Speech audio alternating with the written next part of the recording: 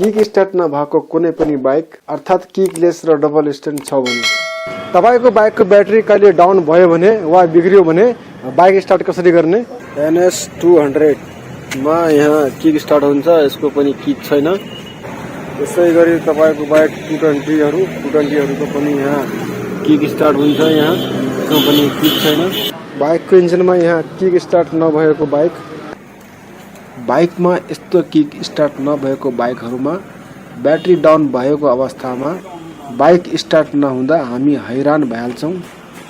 कहिले तपाईको बाइकको ब्याट्री डाउन भयो भने वा बिग्रियो भने त्यस्तो अवस्थामा यो सेल्फ चाहिँ हान्दैन, अर्थात् सेल्फ बटनले काम गर्दैन वा सेल्फ स्टार्ट बिग्रियो भने यस्तो अवस्थामा बाइक स्टार्ट गर्न। नमस्कार, यहाँहरु सबैलाई स्वागत छ बाइक रिपेयर नेपाल युट्युब च्यानलमा। तपाईको बाइकको इग्निसन स्विच अन गर्नुस्, त्यसपछि तपाईको इन्जिन किल स्विच अन गर्नुस्।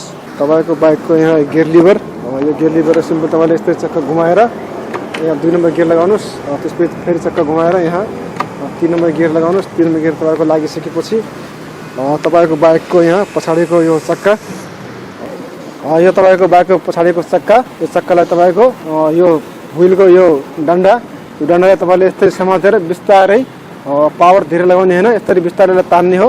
यसलाई बिस्तारै तान्दाखेरि चक्का तपाईको रिट्न थाल्छ।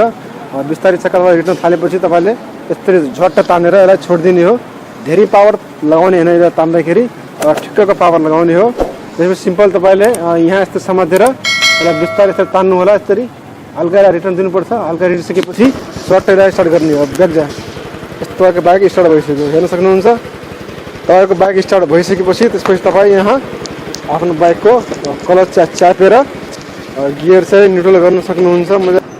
यो तपाईको बाइकको पछाडीको चक्का अनि यो चाहिँ तपाईको व्हील, यो व्हीलको डन्डाहरु हेर्दै सक्नुहुन्छ। यो डन्डाहरु ठिक्क यहाँ यसको तलको डन्डा चाहिँ यसरी समातेर यसलाई